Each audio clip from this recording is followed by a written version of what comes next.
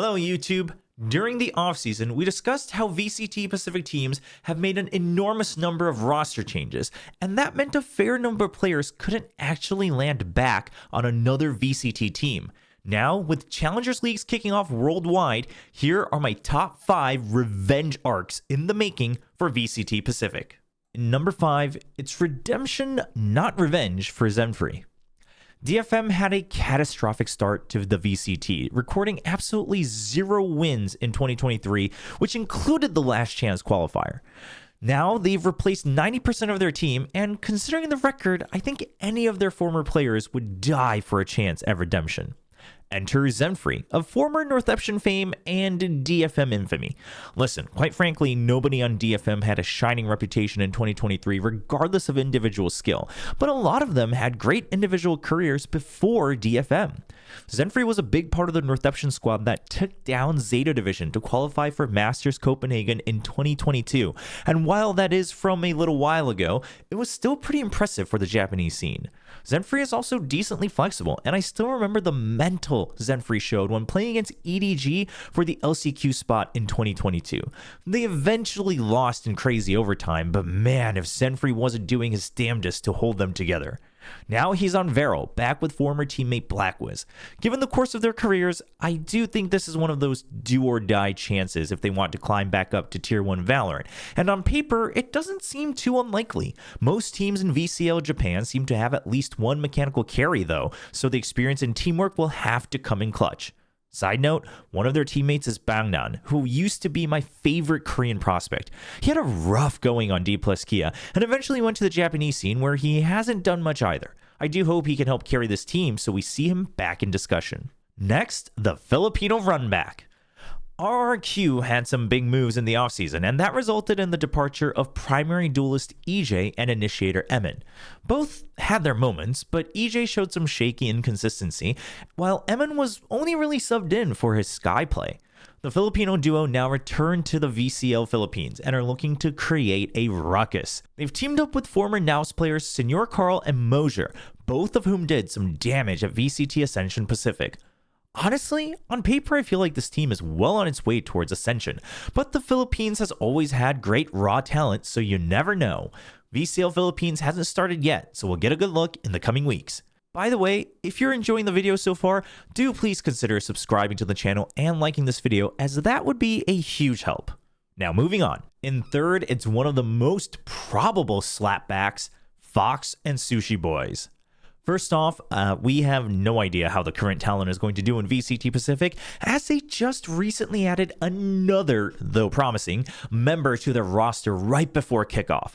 But the big news was that they dropped foxz&sushiboys in the offseason, 2 mainstays that have been with the core since the X10 days.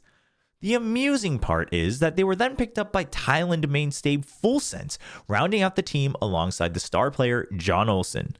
While foxz&sushiboys weren't always headliners in VCT Pacific, I'd say they both have had plenty enough moments during their career where we'd all agree they've consistently been a step above the VCL scene.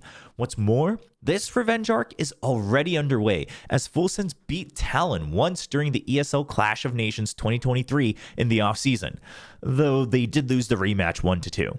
foxz also qualified for the Africa TV Valorant League and had a decent showing against both PaperX and DRX, so I dare say they are looking like some strong favorites for 2024 VCL Thailand.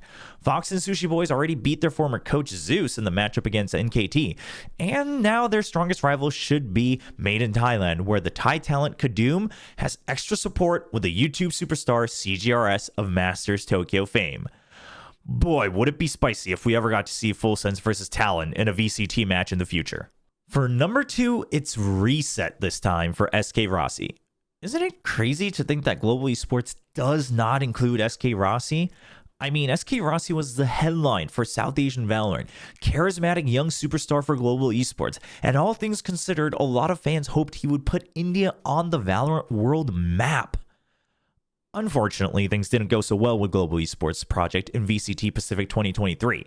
Now, GE has an entirely new look, and while it looked like SkRossi might have a spot as a sub on the team, he has now chosen to start fresh with Revenant. Honestly, I think this is exciting. It's not often you see a player willing to accept their flaws and start fresh. And Rossi is still so young that this is a great time to make that choice. It'll be a challenge, but I think he's got a solid environment to make it happen. Most names here may not be familiar for the global fans, but there's a good chance you've seen the names Skills and Severine.